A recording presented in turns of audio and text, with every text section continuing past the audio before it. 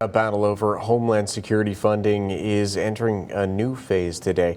TSA workers missed their first full paycheck nearly 2 weeks ago, and that is causing massive wait times at airports all across the country. Now President Trump is sending ICE agents to help with security. So we're bringing in our Deputy Political Director, Joe St. to explain what that means. That's right. Hey, good morning, Joe. Good to see you, sir. What exactly can travelers expect these ICE agents to be doing at the airport? And will this move force Democrats to end the shutdown? That's a big question. I mean, Democrats are really blasting this decision by the Trump administration to send ICE agents to airports beginning today. We don't have a complete list of which airports yet, but Atlanta's mayor has confirmed that Atlanta will be one of them. They've seen some of the worst wait times in recent weeks. I wouldn't be surprised if Houston is included in that. We've seen some very long lines in Houston as well in recent weeks. As far as ICE agents go, a bit of irony because this Department of Homeland Security shutdown is over ICE immigration enforcement reform. And now you have the president saying, okay, we're experiencing significant call outs in some cities, obviously impacting traveling for millions of Americans.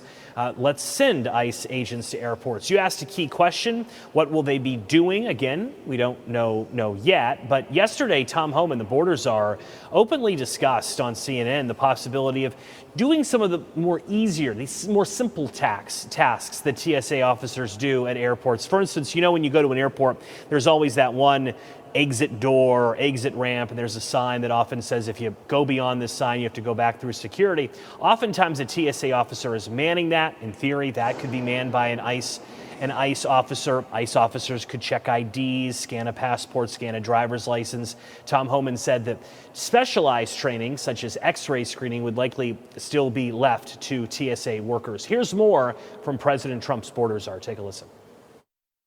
My opinion is that we concentrate on airports where the longest waits are. We prioritize those. The large airports where there's a long wait, like 3 hours. Lines are really slow because of the shutdown. This is about helping TSA do their mission and get the American public through that airport as quick as they can while adhering to all the security guidelines and the protocols.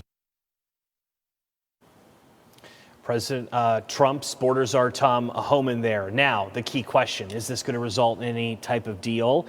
Conversations have been happening, yes, but there's nothing, guys, here in the halls of Congress to suggest that a deal is imminent to reopen the Department of Homeland Security. In fact, overnight, President Trump may have moved the goalposts a bit, suggesting that Republicans shouldn't make any deal with Democrats unless they vote for his election reform bill, known as the Save America Act. So bottom line, if you've got a spring break trip coming up, Easter break's quickly approaching, if you're going to be anywhere near an airport, just know this is a possibility and it's a possibility not just in the airports I've mentioned. I mean, it all is a random coin toss as to whether or not one airport's going to be hit with TSA sick-outs and in return delays or not on a given day. We'll be following this closely to see what exactly ICE officers are doing at airports beginning today.